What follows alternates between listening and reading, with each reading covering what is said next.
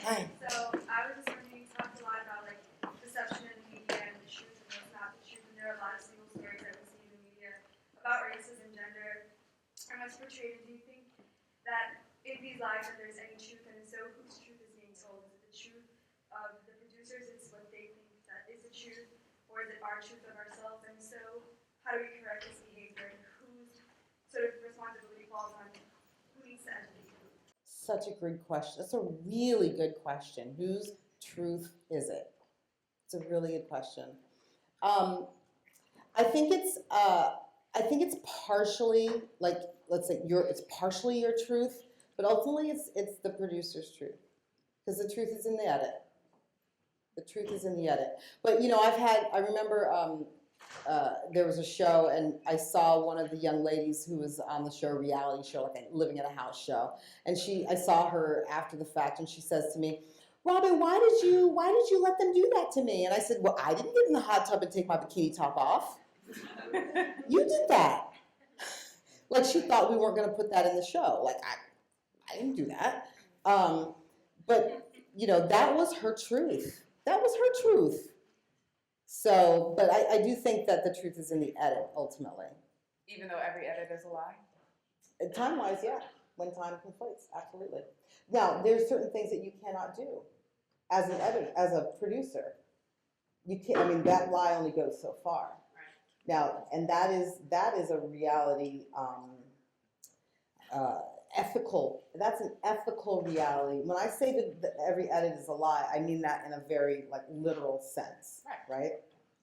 So you just have to remember that, because time has been taken out, right? Now, if you were to take an edit and put two things together, you could create a totally different story, right? That is ethically not acceptable, appropriate. You cannot do that. Okay? You can't do that. People can be sued for that. So you can't do that. Did I answer your question okay? Thank you.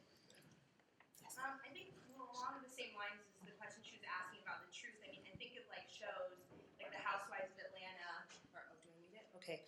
Like The Housewives of Atlanta, where it is an all-black cast, which is great, and they're all women, but at the same time, sort of the way that they're edited and the way that they're portrayed makes it seem like all black women are angry and all they do is fight and that sort of thing. So do you think within this idea of truth that it's fair to give the power to someone who's a producer of a show who might be within this dominant sort of group that controls these messages of race and gender within reality television? Should it be left up to people maybe that are a little more astute to these issues? Or Do you think that any of these shows are produced by black women?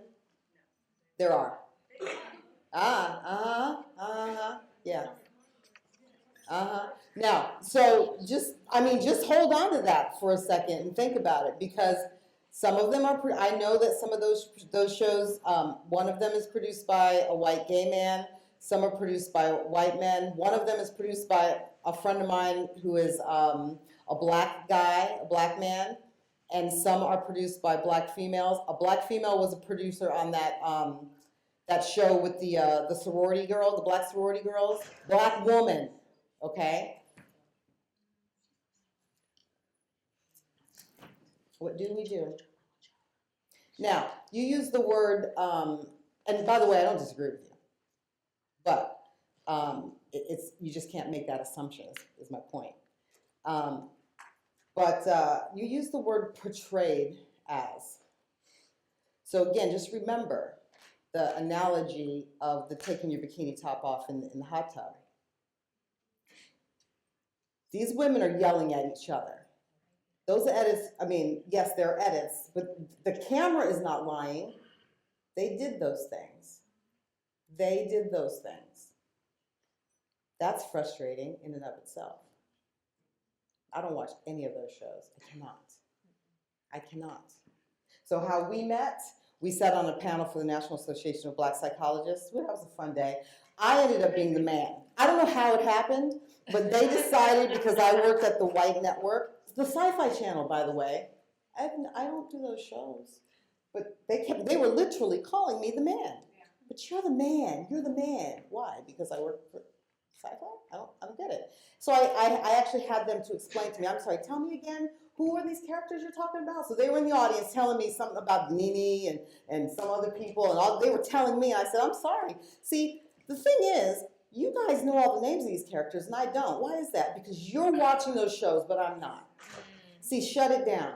Because you're donating to the Nielsen ratings, you are why these shows continue.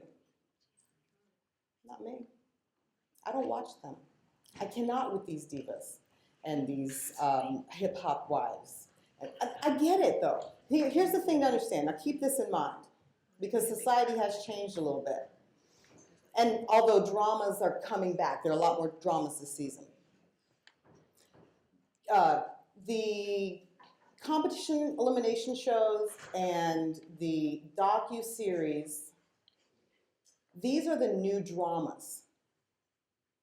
So in reality, competition elimination, like the Project Runaways, the catty ones, and the docudramas that are the docu-series, the catty ones, right?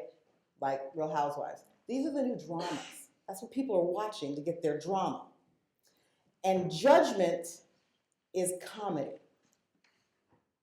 So when we can watch and we can pass judgment, that's comedy for us. And apparently that is why the audience soaks these shows up. Reality is the new drama, and judgment is comedy.